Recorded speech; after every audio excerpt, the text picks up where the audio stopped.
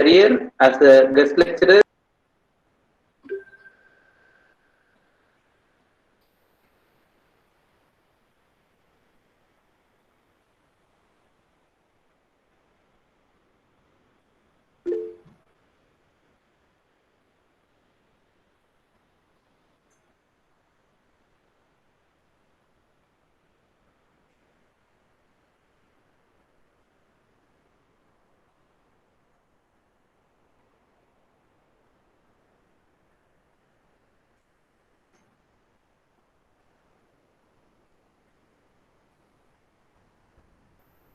Sumesh sir, you can start, sir.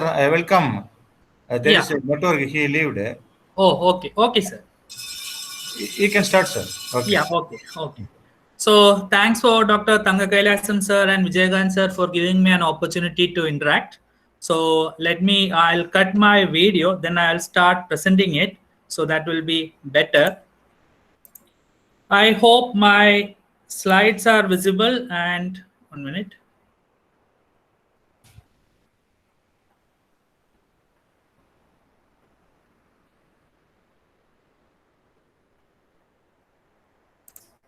Yeah, I hope my slides are visible.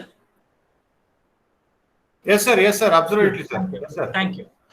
Okay, so the topic what I have chosen for today's presentation is use of machine learning algorithms for manufacturing process, and I'll be just giving you a glimpse in the implementation in weld quality monitor.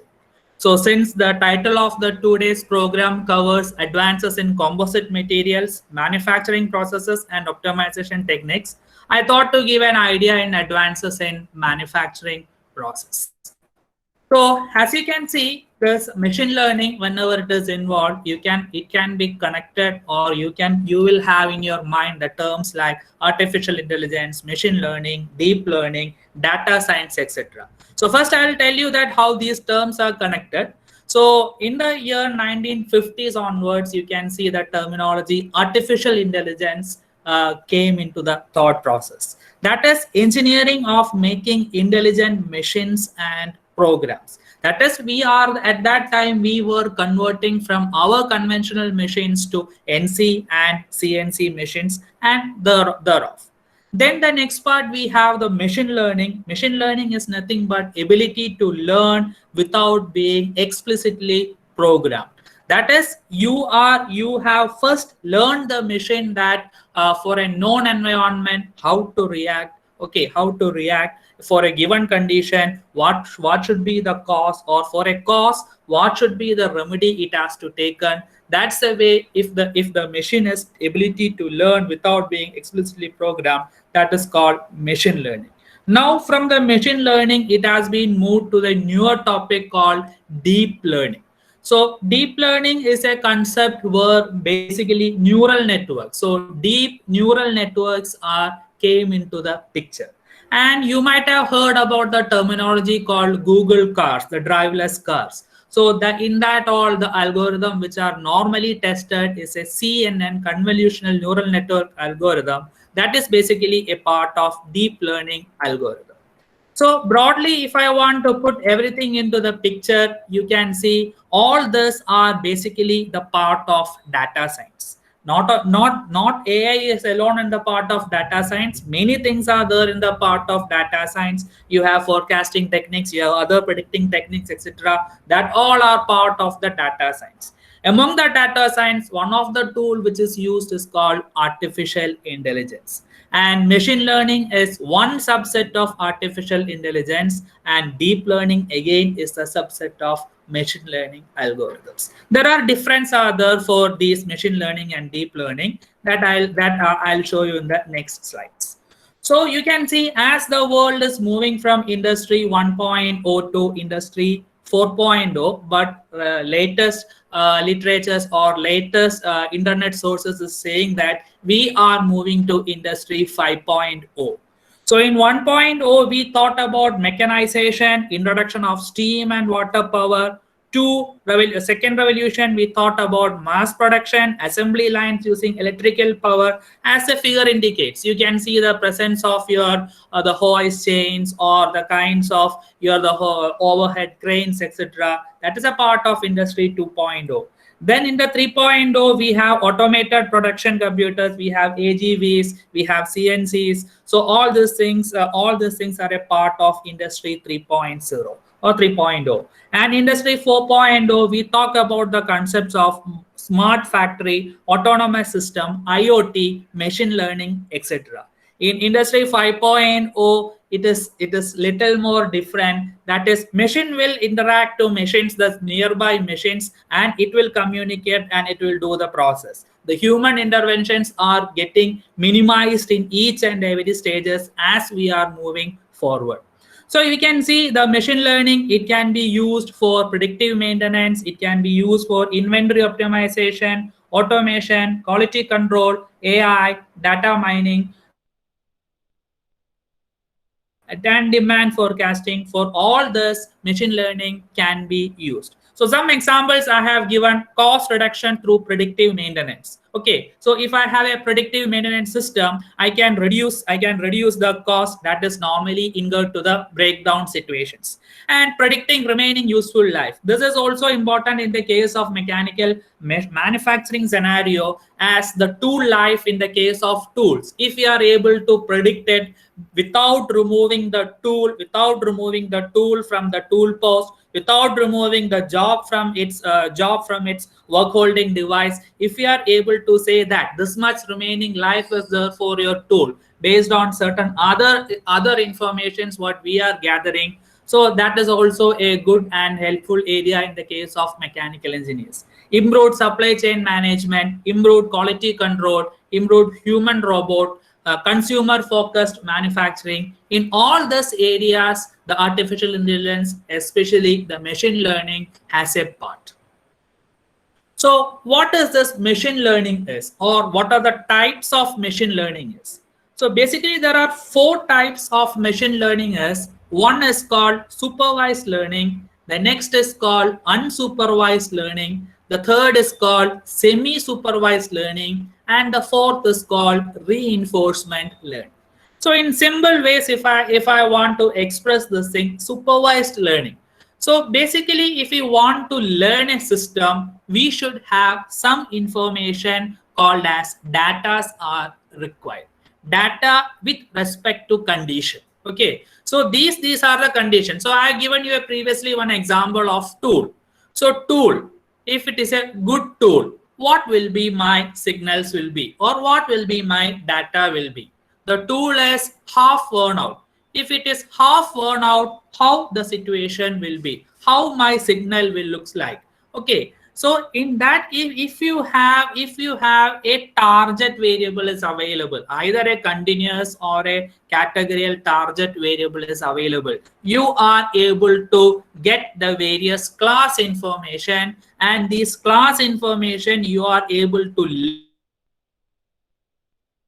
learn the system initially and then test it. So there will be 2 parts will be there in coming in the machine learning aspects. One is called training and next is called testing. So for training, you have all the information or all the data are available with you, and using that you are learning the system. Okay, you are initially learning the system, then testing it for the unknown conditions. So that is the basic category called as supervised learning. So machine learning algorithms normally employed for condition monitoring applications will falls into the first category of supervised learning. In the unsupervised learning, these sets of classified features will not be available. So rather than that falls into the particular categories called clustering, etc. So there are certain algorithms are there that will basically try to cluster your group, okay, the cluster your data sets, okay, against some certain conditions. So that is called unsupervised algorithm. The third is semi-supervised algorithm. So semi-supervised algorithm or semi-supervised learning is something like that. It is a blend of supervised learning and unsupervised learning. That is, some set of categorical data is available with you and some set of non-categorical data are there with you. For some conditions, you know what the cause, what the effect is. In some cases, you don't know it. So likewise, if the data set is a mix of both, that is called semi-supervised learning. And reinforcement learning, there is no condition at all. The machine will identify and self-evolve its situations. Okay, that is, you give the data, you give all the data sets to the machine itself will try to categorize it to the condition. That is called reinforcement learning. So basically, the driverless car projects, that all are part of reinforcement learning. So this is the base of the machine learning. So you can have supervised, unsupervised, semi-supervised, and reinforcement learning. And if we talk about the machine learning, there are plenty of algorithms are available.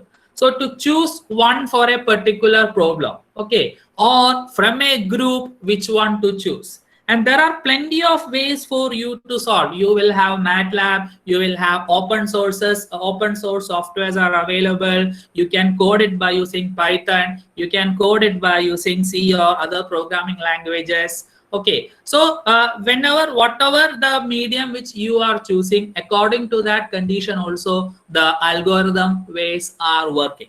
See, for example, you can see there is a terminology marked here called decision tree. So this is one of the most common algorithm which is used in the machine learning algorithm, where you can able to interpret your output easily in the form of a tree structure. So you can see there are algorithms like classification and regression tree. It is called CART algorithm. You have ID3 algorithm, C4.5 algorithm, etc. So this CART algorithm, normally in the case of MATLAB decision trees are built based on this classification and regression trees. There is an open source software is there, that is called Weka. Okay, so if I move to Weka, C4.5 is the common algorithm which is used in the case of Weka. So based on the condition, you will have Bayesian, you will have instance-based clustering. This is what I call the clustering. This is the case of unsupervised learning. So K means it is actually calculating the Euclidean weighted distance from a one data point to the another. So nearby data point, so that will try to cluster together. That it will give you a combination that this goes to a particular class like that. If data belongs to like this, it goes to the particular class. So clustering. Then you will have neural networks, you have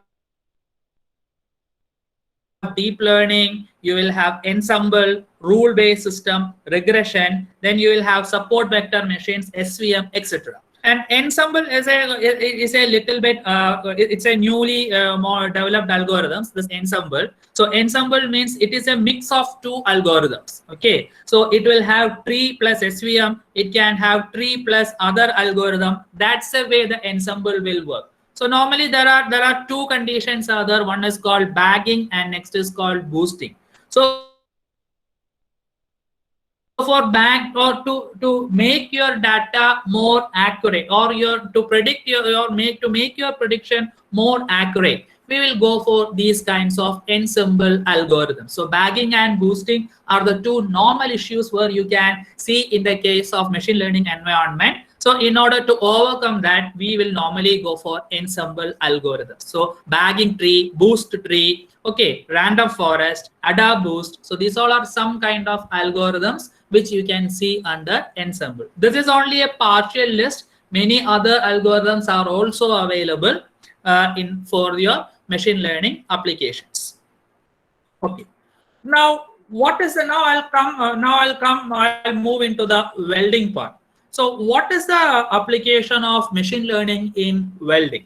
So at present, what is happening in the industries and all is that we will set the welding parameters, we will perform the weld.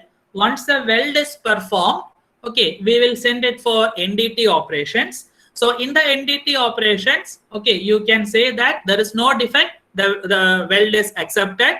There is a defect is there in the weld. If it is not in the acceptable range, you have to reject the weld.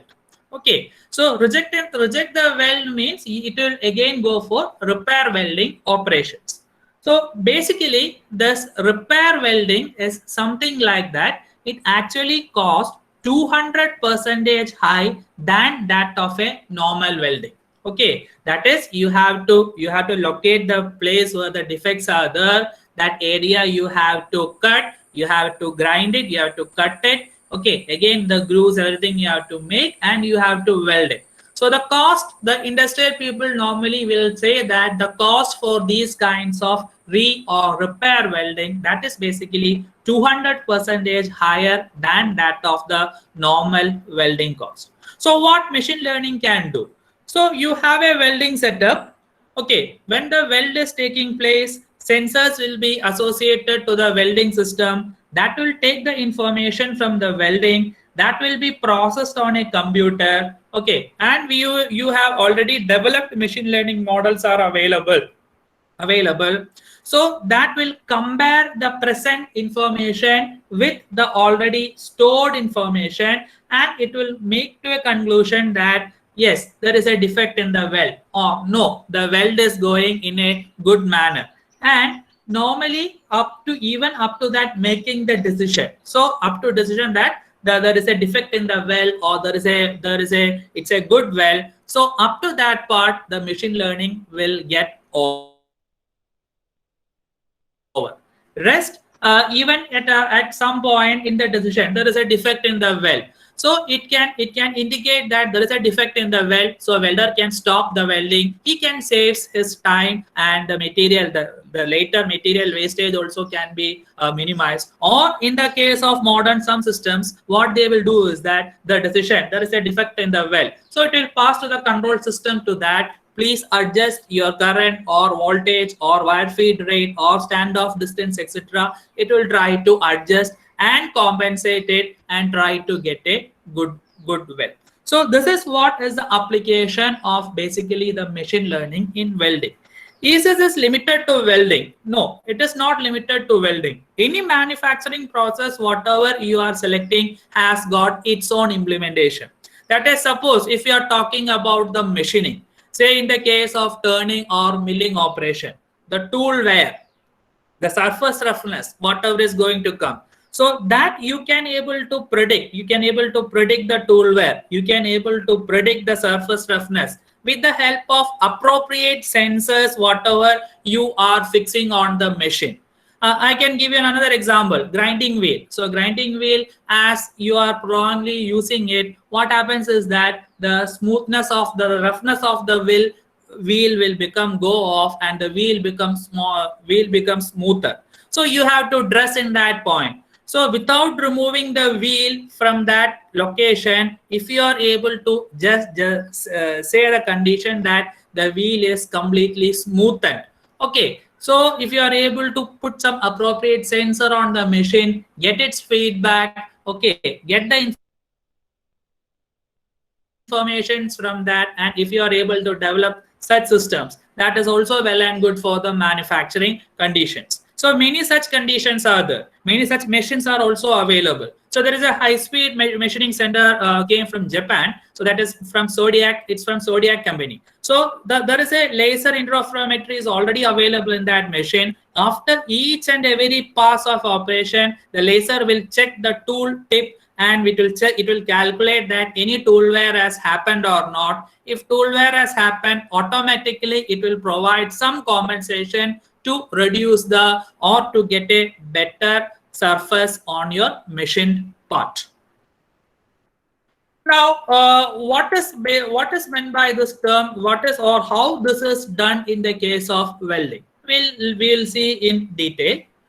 So welding, you can employ the various sensors. You can employ the various sensors in the case of welding. So the any sensors, whatever is shown over here, listed over here, any one or together, you can keep it on the machines. So current, voltage, spectroscopy, microphone, piezoelectric, infrared, or vision sensors you can keep on your welding machine. Okay, welding machine or on the welding environment, depends on what sensor you are choosing, and you will get some output from the sensor.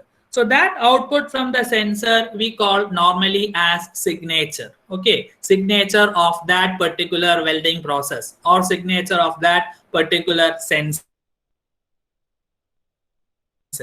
And this signature will be taken and you will be performing signal processing. So normally the signal processing is that from the signal directly you may not be able to correlate or you may not be able to differentiate anything. So to differentiate it or to correlate with to something, you need to process the signal.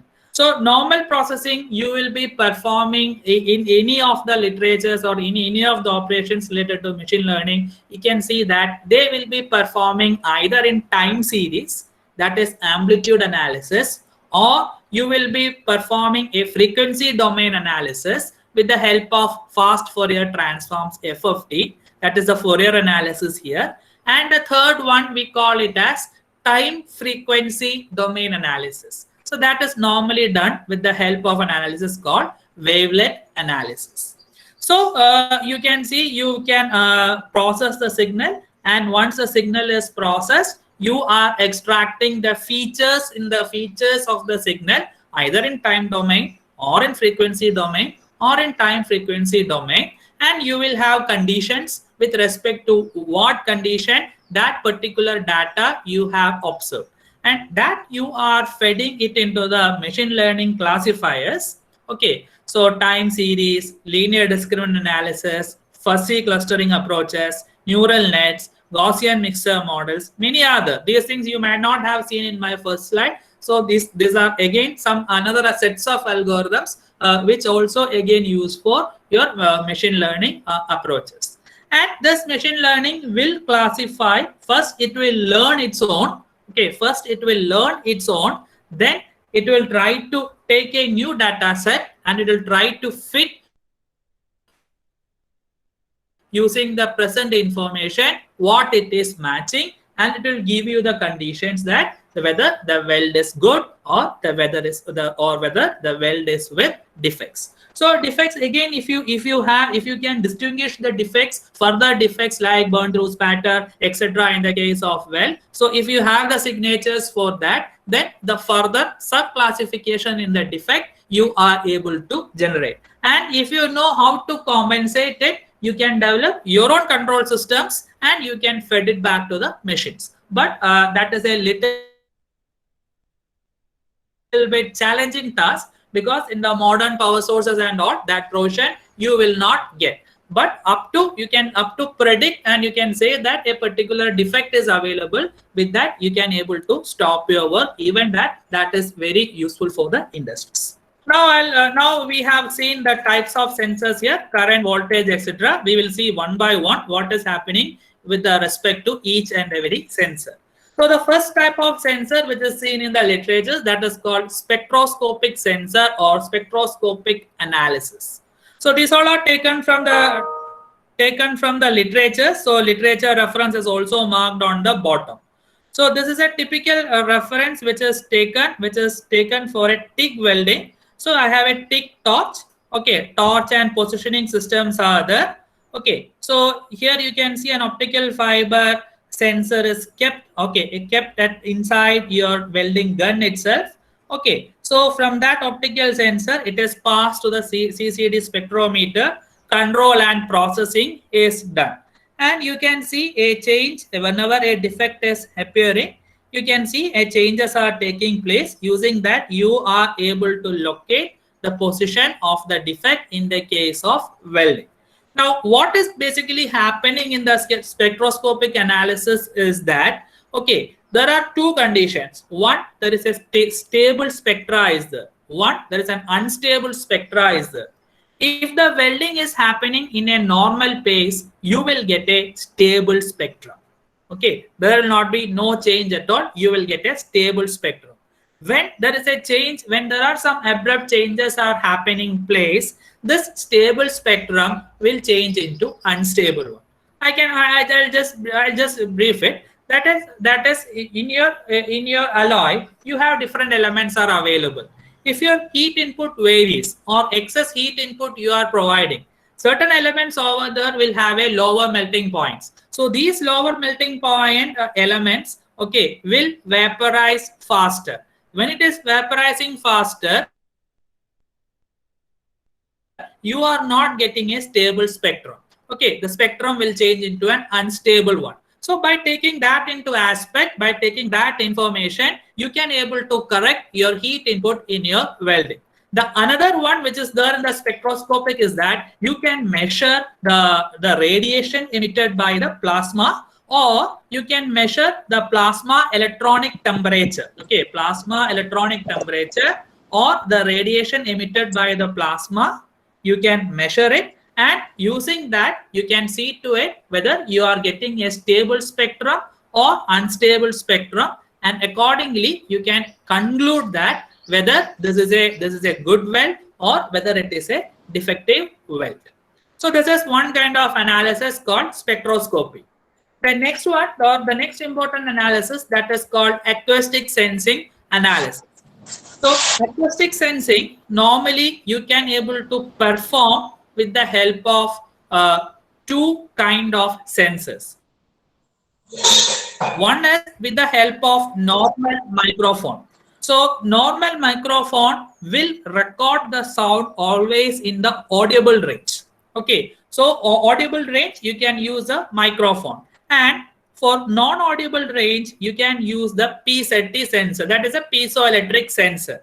So that is when a bonding is breaking, so it releases some energy, some elastic energy, it will be released. So that sounds the PZT sensor will be capturing, whereas the audible sound the microphones will capture.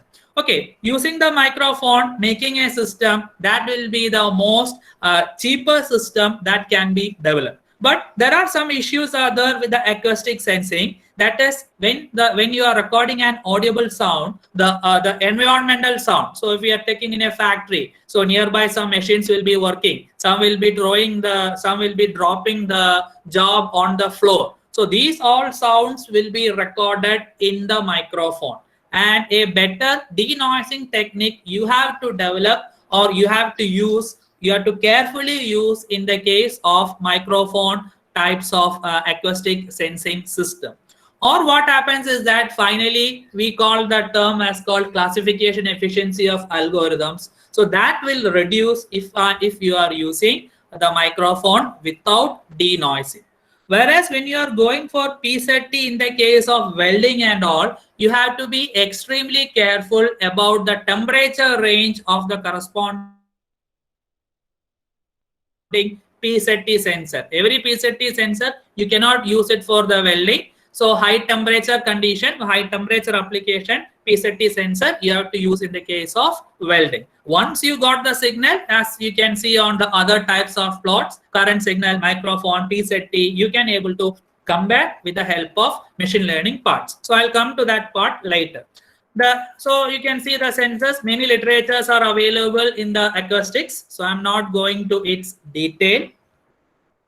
So this is one of work which we did it in our welding shop in the year 2015, and you can see with respect to the audio signal and the condition of the weld is shown over here. You can see this seems to be almost a good weld. Okay, it's an SMAW process, so it's a manual weld process. So manual weld process, you can see we are getting the signal in a quite. There is no abrupt changes are not there in the signature. Some abrupt changes are because of the noise, or it is a manual welding. So if the welder, if he changes something, or if he not going in the correct condition, then these kinds of smaller abrupt changes will happen in the case of welding. If it is done with the help, SMAW is not possible, GMAW and all, if it is done with the help of carriage and other systems, these changes you will not be able to observe. So when the condition is changing, you can see it's a lack of fusion. You can see over here, you can see the signal or the signature is changing. Or when I am increasing the power intensity to get burn throughs, etc., you can see the abrupt changes are there in the recordings. So these recordings on a later part, you have to convert, you have to process it, you have to get the features from this, and you can train and test with the help of machine learning algorithms. So the next one kind of sensor that you can see in the case of welding, so that is called infrared sensing. So infrared sensing, so there is in nearby in Chennai, we have IGCAR. Okay, there are a lot of research with respect to infrared sensing has done in IGCAR. Okay, so infrared sensing, they are not used for online welding, but they used as a replacement for NDT, the ultrasonic NDTs. So ultrasonic NDT, the drawback, whatever they have told is that up to 3 mm depth, it can be easily tell you that any defect is present or not. Beyond that, if you want to employ the ultrasonic, then you need to have a good operator is required to analyze or interpret the ultrasonic informations. Whereas the infrared, you will have the options, you will have good options are available. So using that, you can able to say that whether any defect is present in the system or not. So basically, infrared sensing, there are you can use with the help of pyrometer or infrared cameras are available, which consists of many units are there. I'm not going to its detail. So there are two types of sensing is there. One is called active sensing and next is called passive sensing. So in one kind of sensing, it requires an external heat element to say or to heat your object and has to say that any defect is present or not. Where the camera, whatever you are using, it can be of the lower range, maybe somewhere around 80 degrees Celsius to 120, 200 degrees Celsius, like that. And you can heat it in by using various sources. You can keep the heat source in front, you can keep the heat source in back. Likewise, also many literatures are available. I'm not going to that part. The other one, which does not require any external heating, that you can easily use for the case of online monitoring. But when you are employing such cameras to the condition of welding and all, we have to see the temperature rise in the case of welding. So approximately a camera which can measure the ranges up to 1000, 1600. In that range, if you are able to measure, then only we can employ that in the case of online monitoring systems, that are infrared cameras. Okay, and the cost of such cameras will be 40 to 45 lakhs. And there will be only two companies that I have seen that manufacturing such cameras. One is FLIR and other is Fluke. Okay, so pyrometer. So these all are literatures. So they measures the temperature by detecting the infrared energy emitted by all materials which are at temperatures are above absolute zero. Okay, so many literatures are available in the case of infrared sensing also. Okay, online monitoring and offline monitoring. IGCAR, if you with respect to the IGCAR, if you search, many papers are available from your nearby institute itself. The another method or another sensing method which is found in the literatures is electrical impedance method. So this is also, you can see here, voltage and current and bonding strength. So these voltage and current and bonding strength you are predicting with the help of electrical impedance. This is nothing but you are matching the resistance. Simple example of electrical impedance is that you are matching. Okay, so the electrical impedance, the use of electrical impedance, you can see in the case of FM, that is you are matching or you are tuning the station where basically you are adjusting the resistance. So that is basically called as the electrical impedance. The same way you can, when a bonding strength is given, you can able to say what voltage and current the experiment has done, or for a voltage and current, so for a particular voltage and current, you will be able to say what bonding strength you will able to get. So in this also plenty of researchers and the plenty of domains has been carried out. So I'll move to the next part. So this is a now I'll move little into to the welding part. So using these sensors, in addition to it, you will have current and voltage sensor. To that I'll come I'll come now. So welding, we all know that how the welds are classified, etc. What are the common welds which are used? So GMAW is one of the common weld which many industries are using because of its wide advantages. Okay, so from thin sheet to thick plates, you are able to weld with the help of GMAW process. So a typical experimental figure I have shown you, where you can see the current and voltage sensors are also connected. So you have a gas cylinders are there, you have a gas mixing unit is there, okay, power source is there. So this is a robotic welding torch, and you can see the current is tapped, and this is voltage is also tapped in between. And when we talk about the current sensor, the normal current sensor which is used for the case of welding, that is works on the principle of Hall effect. Hall effect current sensors are normally employed in the case of welding. And there are two types of sensors will be there. One is intensive type and next is non-intensive type. So non-intensive type sensors will not disturb your input supply and voltage to a particular machine. That is, it doesn't require an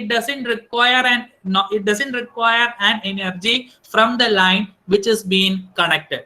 So without disturbing your system, non-intrusive sensors will capture your data perfectly. So this is a typical experimental setup of robotic welding, which is available in BHEL Trichy. And this gas mixing unit and all, they have their own patents, and there is a mixing unit they have developed that is called gas alternator. So this is a typical setup that is available in BHEL Trichy, and this is how you are fixing your current and voltage sensor. So voltage is tapped between your torch and your workpiece. Okay, wire feed, you can record it. Current from the Hall effect sensor it is taking. So these are the ways in which the current and voltage sensor is employed. And in the case of GMAW, there are many metal transfer modes are available. And for each and every metal transfer modes, the current voltage signatures are going to change. So the common metal transfer mode is nothing but the detachment of your droplet from the tip of your electrode and attaching that into your molten weld pudding. So basically the basic one that is called the short circuiting transfer. You can see the small video over here where the droplet is being detached and it is attaching to the weld pudding. You can see in the case of short circuiting, the droplet is basically shorting. It is basically touching the ground. That's why we are using the term called short circuiting. And you can see when the shorting is taking place, you can see the condition of the current and voltage. So with respect to the figure also it is shown over here. So you can see the typical signature of current and voltage in the case of short circuiting transfer. So when it is touching to the ground, you can see shorting takes place. Voltage is going to the zero condition. Voltage is going to zero. And then you can see the slowly it is rising as the next arcing or the next cycle is taking place. So with respect to segment, okay, with respect to the total cycle, however you want to study with the help of current and voltage, it is easy.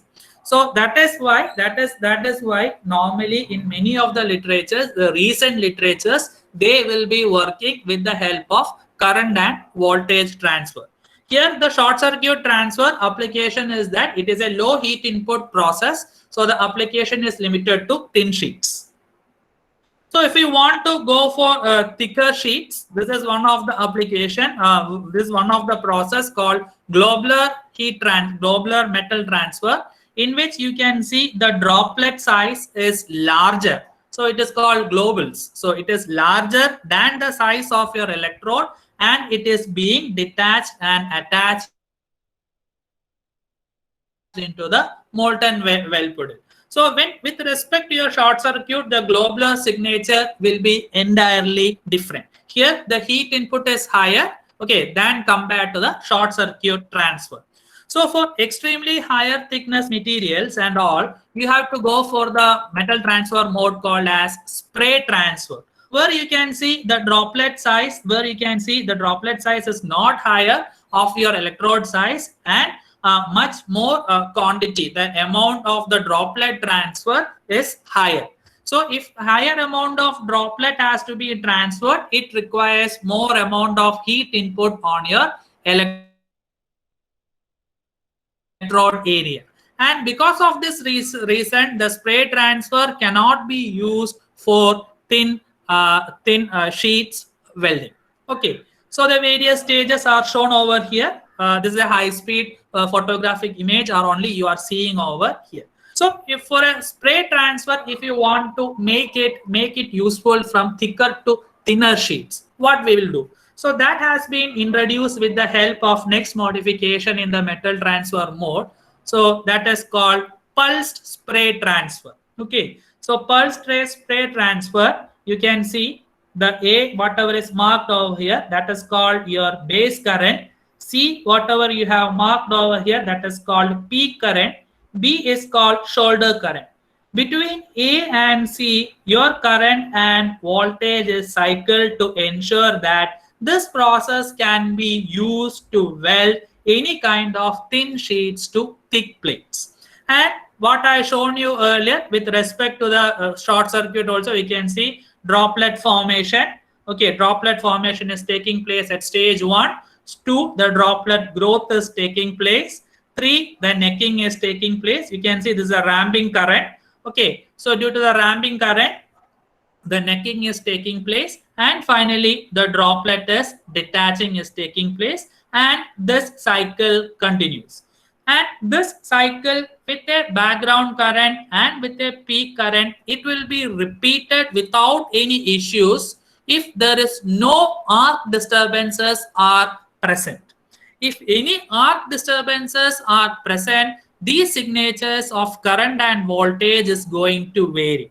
So arc disturbances are nothing but the presence of defect in the case of welding. This arc will be disturbed.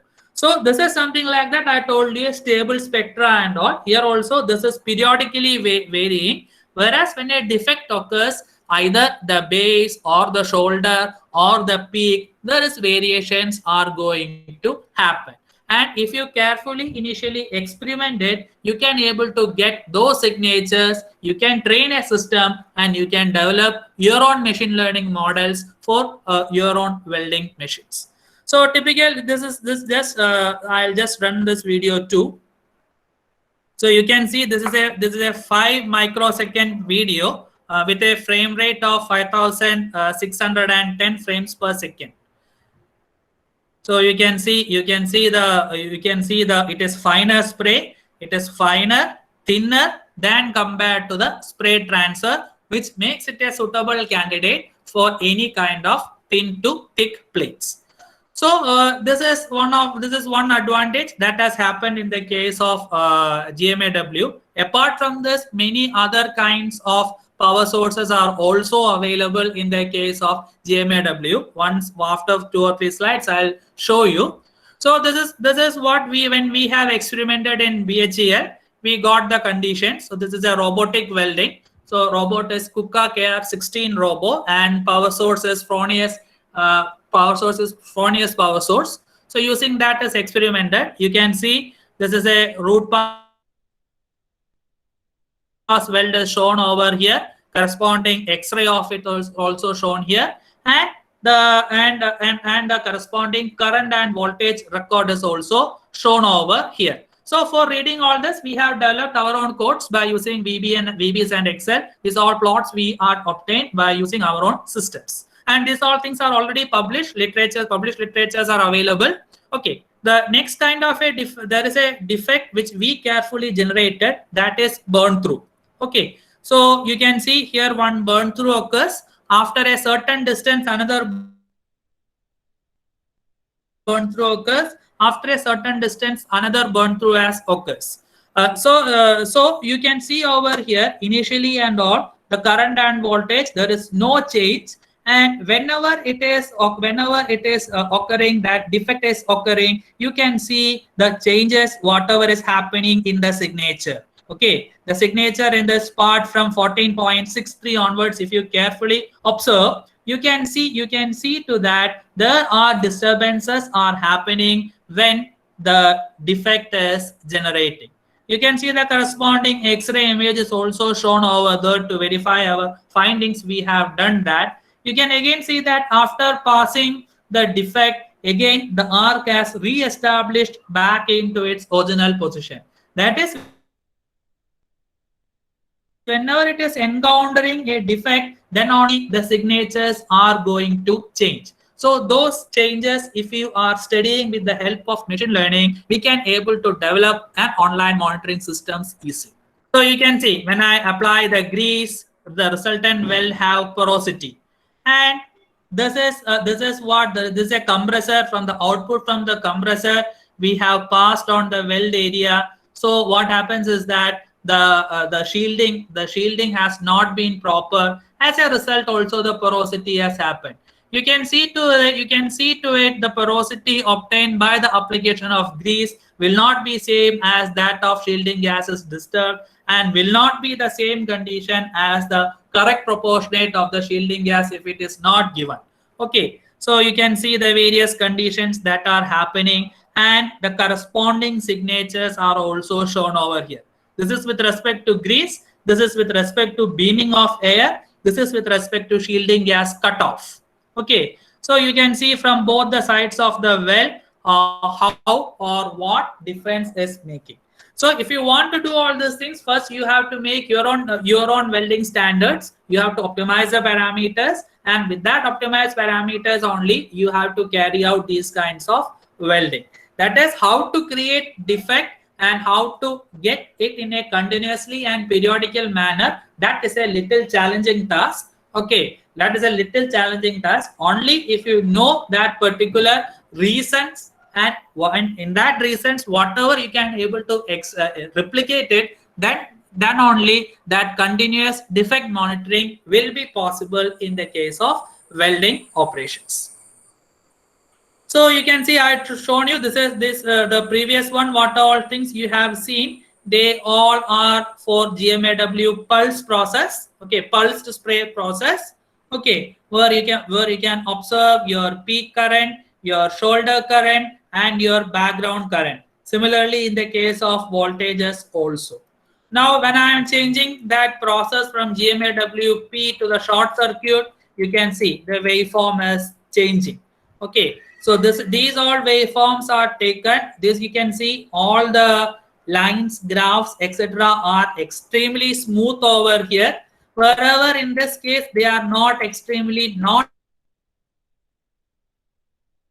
smooth as like here. The difference is because of my sampling frequency. These figures are obtained for a sensor which is having a sampling frequency of 1 lakh samples per second. Whereas the previous one all are recorded for a sampling frequency of 8,000 samples per second. This particular system where 1 lakh sampling frequency is shown over here, that is developed by a German professor called Reifel. He died on the last week. So last week he expired. He was a very pioneer in developing these kinds of welding signature units. And in the name of Analysator Hannover, the Hannover University where he worked, he developed that system. The other one that all are commercial arc loggers which we used, and from the arc loggers we developed using our own codes to use it. So this Reifel, he has done a lot of work in the case of weld with respect to power source manufacturing, with respect to electrode characterization and defect conditions. So many industries are using his techniques or his ideas for finding fault detection in their plants. So this is another one called PulseMIC, and the corresponding, the bottom one has his technique, what he has developed called probability density distributions. I am not going to that part. You can see the signatures are changing when each and every process is changing. This is for forced arc. Okay, these are for some other variants of the power sources: cold arc, RMD process, RMD Miller process, surface tension process. So each and every process will have its own current and voltage characteristics. Why? Because these all processes are developed to cater specific needs of industries. Okay, now this is the part. This is with respect to the signal collection part. So sensors and signal collections, I have given you an overview. Now, once you got the signals or sensors, what we will do next? So that is what I am going to see further. So in the welding signature processing, first you have to get the current and voltage, or whatever the sensory part, you can collect the information. Data is acquired, data is converted from analog to digital, and then the next part is that you have to extract the features from the signature either in time, frequency, or in wavelet domains. Then there is another part is there called feature reduction techniques. In my first slide it was there, I didn't explain that over there. I'll explain in you in another slide. Then you have to select what all features has to be given to the machine for training and testing part. So that will give you a tested output. Using that, you can develop your own systems, how to implement it. That all things you can discuss. So once you got the time series data, okay, what you have to do is that you have to segment it, or using the window function, you have to divide it. That is it. Same for the same experiment, minimum I should have a 50 data sets are required. Minimum condition only I am talking, minimum 50 is required. More hundreds or thousands if you have, that is very good. Okay, so minimum condition is 50 is required. So you have to segment it. So from each segment, you have to extract the features. So features means you can, if you segment it like that, you can see now what is a mean, what is a mode, what is a maximum, what is a minimum, what is a skewness, what is a kurtosis. Like this, you can get statistical features. Many other techniques are also there. I'm not going to detail. I'm just giving you an overview only. So from this, you can extract the features in the time series, and the corresponding condition is also known to you. You can enter that. Okay. You can see over here. Now, this is a typical experiment which is done, and these are called features. And sample one is a windowed or a segmented function which we are taking an experiment of burn through.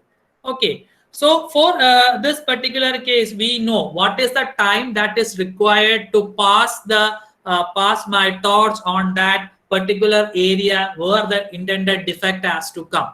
And I keep buffer from both the sides, and I say that this is my sampling frequency, or this is my sampling seconds for a particular condition. That's the way the sampling is done, and I have made that into each classes. And these are the features which I am extracting. These are called statistical features. Other kinds of features are also available. I'm not going to its part. So mean, standard error, median, mode, deviation. These all features you can easily extract from a signal by using Excel itself. Okay, Excel itself, these features are available. You can easily extract it. Okay, you need to install some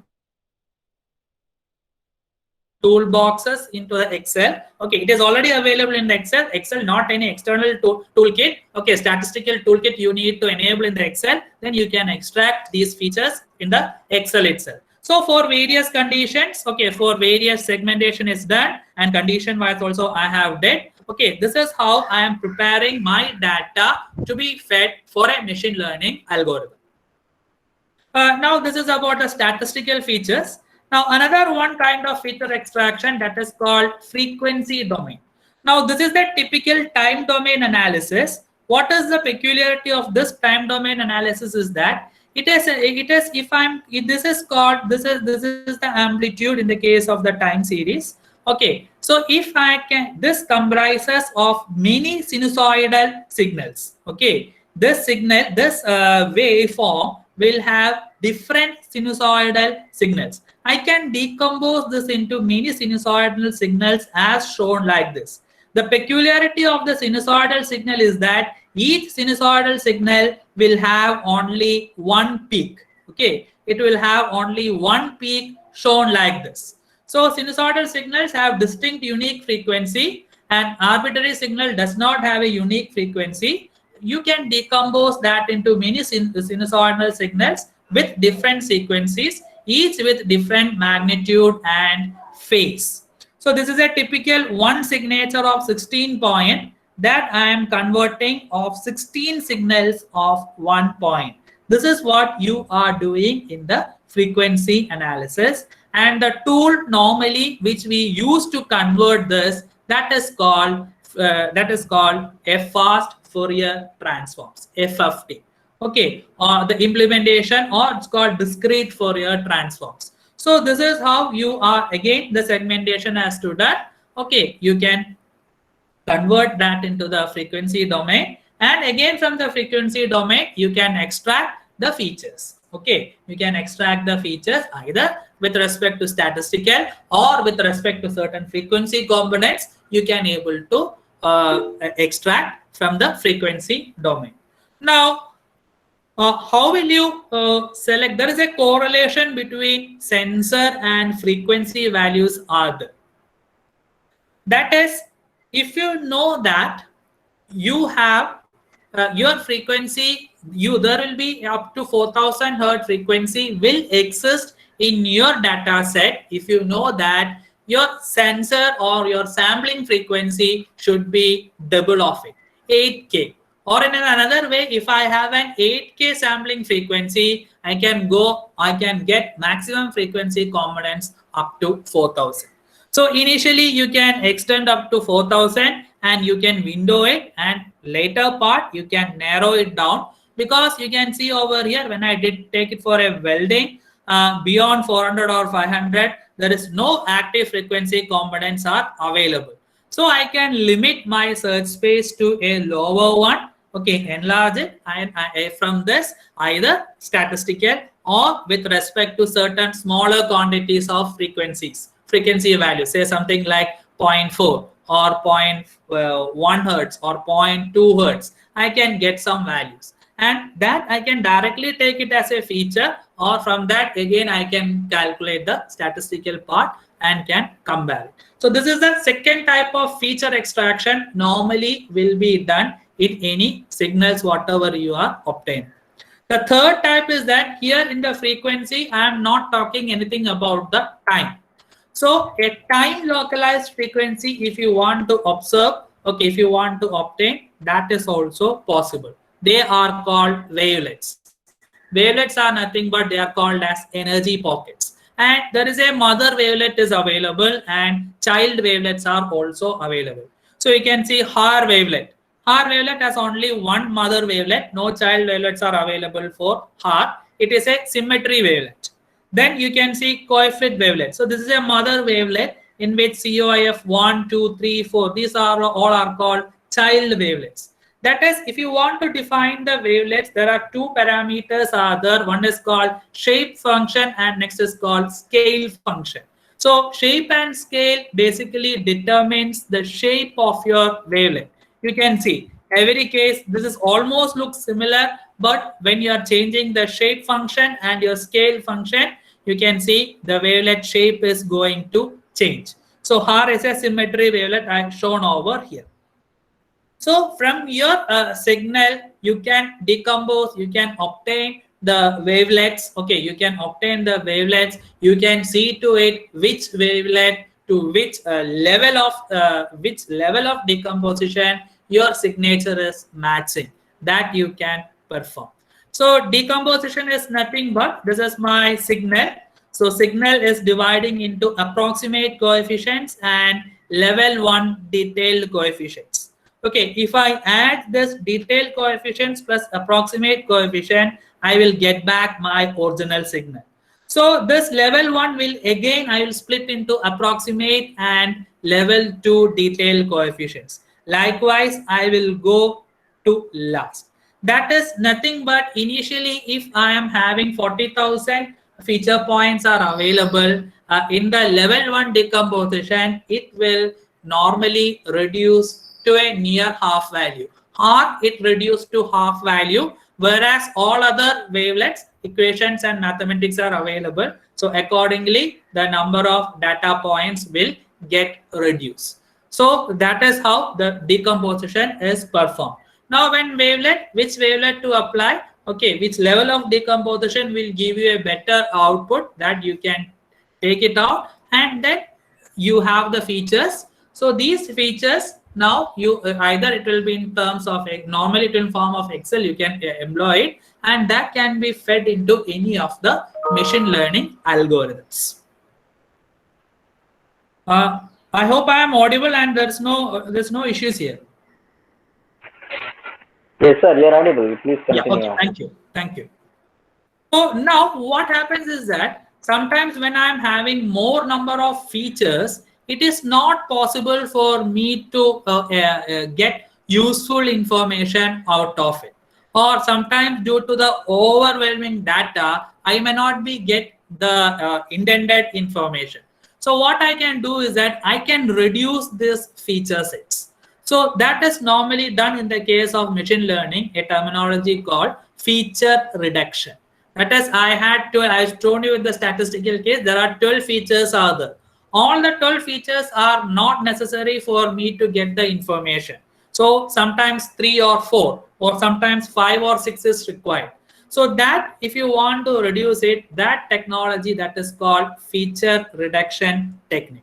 And feature reduction technique, normally we will be performing with the help of a PCA called principal component analysis. And principal component analysis, you can set a value. That is, either you can say that I need 2 features, 3, 4, like that you can set and you can do the feature reduction, or you can say the variance, the included variance, 90% included variance, 99% included variance. Okay, so that terms I need to consider.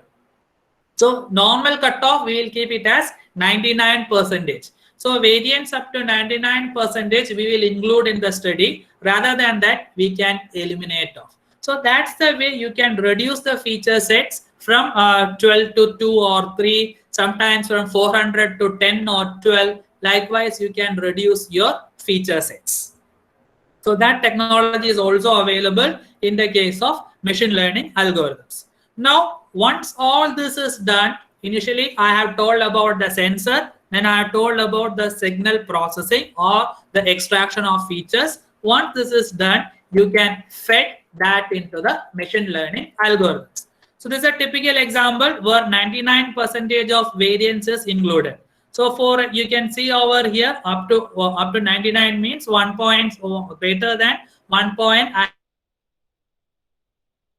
have to include in my analysis. Beyond that, from feature 7 to 13 is removed off. Here also you can see whatever is greater than 1 is taken into account, rest has been removed off. So this is called as the feature reduction techniques using principal component analysis. So here the variance is taken as the feature to make a decision. Variance greater than 99% we normally include for our analysis. Yeah. So initially part I have talked about sensor, then I talked about the data, the types of features you can extract from the data. Then once that is ready, you can feed that into the machine learning algorithm. So machine learning algorithm, normally whatever the data you are entering, it will divide the data. Either you have to divide the data or the system will its own divide the data. There is a terminology is there called k-fold cross validation. Okay, k-fold cross validation. So you can give 5-fold or 10-fold cross validation. It is up to you. Okay, normally we used to give 10-fold cross validation. So if I give 10-fold cross validation, what it will do is that the entire set of data, whatever I am giving, it will randomly classify into 10 folds. Okay, 10 subfolds. The entire data is subdivided into 10 folds. And from each fold, 80% of the data will be used for training and 20% of the data will be used for testing. Okay, so that is what is happening in the case of machine learning.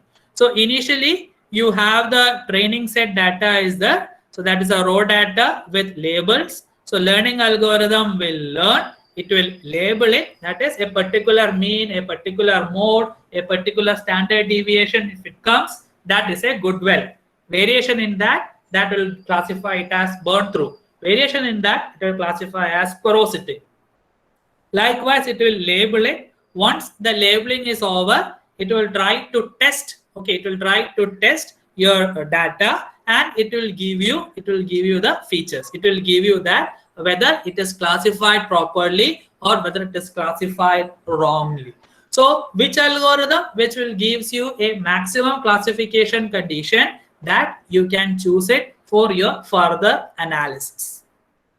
So the pre-processing part of it, you have feature extraction, feature selection, dimensionality reduction, and sampling. Here, your learning part, you will have model selection, cross-validation, performance metrics, and parameter optimization.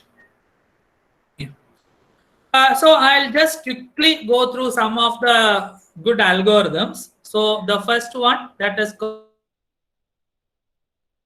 okay. So CART algorithm that will classify that will take your data in the previous conditions as I told you earlier. Okay, it will try to train and it will try to test you, and it will give you a classification accuracy also. Okay, so this is done for and these are the types of trees which are available in the case of CART under MATLAB, called simple, median, and complex. The number of split is 4, 20, and 100. And there are some splitting criterions are available. That it's a tree means you will have a branch, you will have a leaf, etc. So that's the way the splitting is done with the help of Gini diversity index, Towing rule, or maximum deviance reduction criterion. By default, it will be Gini diversity index. If you want to do this analysis, you have to change that in the settings. So now, once you did an analysis by using a machine learning, you will get a tree structure like this. So tree structure, you can see on the top. Now, as per this analysis, you can give median gives me a better information to classify this particular well. And you can see if the median is less than 39.5, you can go on this branch. Okay, you can go on this branch. And if it is higher than or equal to 39.5, you can go on this branch. When it is going on this branch, okay, there is another check is the range. If the range is lesser than 394.5, you can classify that weld as good weld. If the range is greater than or equal to 394, it is classifying it as porosity.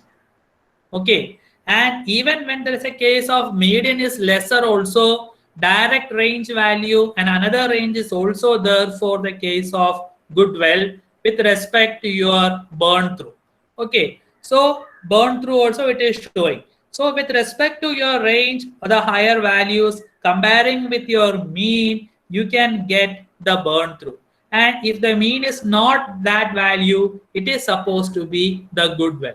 That is the range of getting a good well and burn through here is very narrow. Okay, there is a chance of burn through well can be misclassified as good well easily. That information you can easily get it from these decision trees, and you will get a code like this by using if then else condition. Okay, and these codes once you are getting, you can easily burn it on a chip, and further algorithms you are able to develop. So decision trees are one of the best and popular machine learning algorithms which is used across the globe. And also this algorithm is also used for a feature reduction criterion also. Since here only now you can see I need the information called median, range and mean. These three informations are only needed for me to make my machine learning. As the features are reducing, okay, my system is able to predict in a faster manner. So that way, some researchers has been used this decision tree for reducing the features, and this reduced features they have trained and tested for some other algorithms also.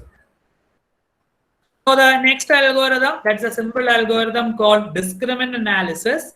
There are two types of discriminants are the linear discriminants and quadratic discriminants. Okay, so this is nothing but linear discriminant. By using the linear lines, they are trying to classify the data. Now you can see over here, this is porosity. This is taken only for two features. Okay, like this, many features are available. Each feature, this may not be the case, it will differ. Now, between a standard error and mean plot is shown for the case of LDA. You can see the blue color indicates as porosity. So all the porosities are clustered in one together, and you can separable it easily with the help of a line. Whereas in the case of, as I told you with respect to the previous condition, burn through and Goodwell, you can see there are instances there where they are merged together. That is, this is the possible linear line which I can draw to differentiate my Goodwell and burn through. Now what happens is that this red data, which is supposed to be my Goodwell, okay, which is supposed to be by Goodwell, but now this will interpret as burn through, and this will gives me misclassification value. So this is also misclassification, and you can see many of the burn through data is falling into the Goodwell situation. Here many misclassifications are going to happen. So this is how LDA works. The line is in a linear function. So in order to reduce this, reduce the misclassification rate, I can go for a curvilinear approach. That is nothing but my quadratic discriminant analysis. When I go for quadratic discriminant analysis, what happens is that this all will take as now one class. These all are misclassified instances. Again, you can see one or two misclassified instances here. Again, many misclassified instances are there. So when many misclassified instances like this are happening, the classification accuracy of that particular algorithm will reduce. So next kind of a popular algorithm, that is called support vector machine, where they will use hyperplanes. They will draw hyperplanes to classify or to classify that into various categories. You can see this is a hyperplane which is constructed, that is called the separating plane, and from that I am drawing two lines to touch the boundary of my feature sets. Where you can see over here, in this case, there is a term is there called margin. So this SVM tries to maximize this margin. Okay, if maximize, you are able to maximum margin you are able to get in any particular model of SVM, that will be taken as the best SVM classifier for that particular case. And one more information related to SVM. In the case of all other algorithms, they will try to classify the three sets as three itself, whereas in the case of SVM, only two data sets can be compared at the same time. And you will have linear SVM, quadratic, cubic, fine Gaussian, medium Gaussian, and coarse Gaussian SVMs are available in the case of MATLAB machine learning toolbox. So you can see this is our cases. Okay, we have burn through, and green is marked is our support vector, and the blue is our porosity. So between blue and this, you can see the two feature sets. It is trying to classify, This is the hyperplane constructed, and you can see now this is touching over here. So this is the maximum margin which I can draw in between to separate burn through and porosity defects as two classes like this.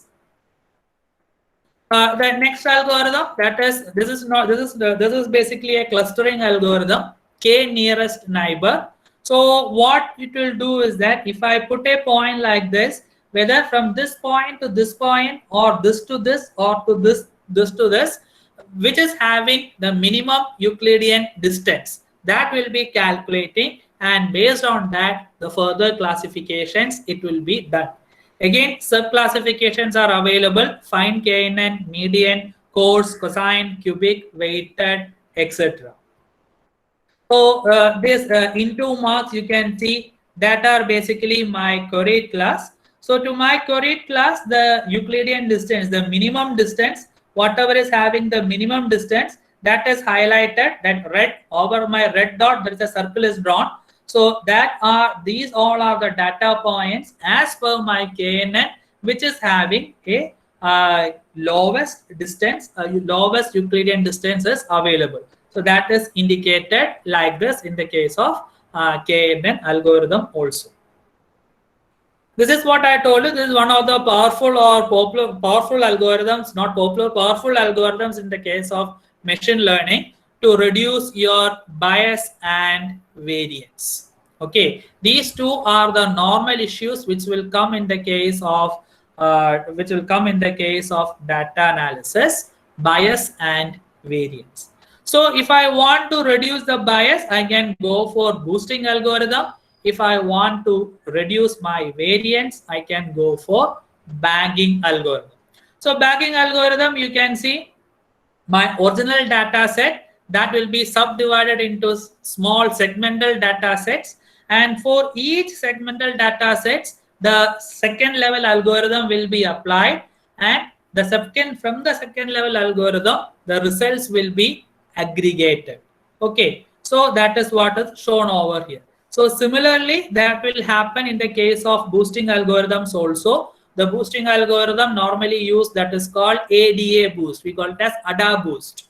Okay, so ensemble, so boosted trees are there, bagged trees are there, subspace discriminant is there, subspace KNN is there, RUS boosted trees are there. These are some kind of ensemble algorithms which are there in the case of which are there in the MATLAB environment. Okay, then once you got these informations, this is also another way of improving my accuracies. That is called fusion. So fusing my signature information. That is, fusing means I had a current signature, I had a voltage signature. I can fuse that together. I can take both simultaneously and can run an analysis and see what is happening. So that is called feature level fusion. Sometimes sensor level fusion is possible. That is in the case of welding. If I say I had current sensor, I had voltage sensor. So P, there's another term is called power. So P equals V into I. So sensor level itself, I am trying to fuse, I am trying to get another value. For that, I can get the feature. So that is called sensor level fusion. The third one is that from the output, from the classifier outputs, I can able to fuse together. So that is called decision level fusion. So this is another approach which is there in the case of machine learning. Okay. So this is also possible to test in the case of machine learning environment. Now, once you have fed everything into the system, as I told you, it will test, it will train, and finally you will get a matrix like this, as is shown like this. Okay. So this, if you carefully see this matrix, the diagonal elements of this particular matrix, called as confusion matrix, gives the information of correctly classified instances. After training, after testing, okay, I am getting this output. gives the information that how good my machine learning model is. Say decision tree, I have plenty of trees are available. One particular tree, okay, for my one application, how it gives me a better classification. So the diagonal elements, if you are seeing, they are correctly classified instances. For example, burn through has burned through out of my 52 samples, 40 has correctly classified. There are 52 samples for Goodwell, okay, out of which 51 is classified as correctly. And I had 52 porosity conditions where all the 52 are classified correctly as porosity itself. There is a one condition of Goodwell, okay, this is a Goodwell, okay, this is supposed to be a Goodwell, but the Goodwell is misinterpreted as burn through here in this condition. Here this is a condition of burn through where 11 burn through defects, the system or that machine learning algorithm has classified that as Goodwell. And here the burn through is classified as porosity for one instant. But here if you can see over here, there are 11 defect which is misinterpreted as good, okay, which may not be good in certain sections or certain areas. So there is a first or predominant term is there that is called classification efficiency or accuracy. The summation of diagonal elements divided by the summation of this entire matrix, you will get the classification efficiency. 1 minus classification efficiency, you will get the misclassification rate. And in order to ensure that your algorithm is perfect enough, you can calculate the terms like specificity, precision, ROC, kappa statistics, etc. from this analysis to ensure or to nullify these kinds of issues. So major term which normally takes in the case or to take to say that this algorithm is good for particular signal analysis is with respect to the classification efficiency itself. These are secondary terms which you can use it for further operations. I am not showing you any further results. Results are available all in the published works. You can go through it. So now what we have did is that we have applied all this. We have developed our own conditions for welding, only burn through and porosity. Plenty of other options are also available. Using for that, we have find that a particular algorithm is the best, and we have stopped my work over there.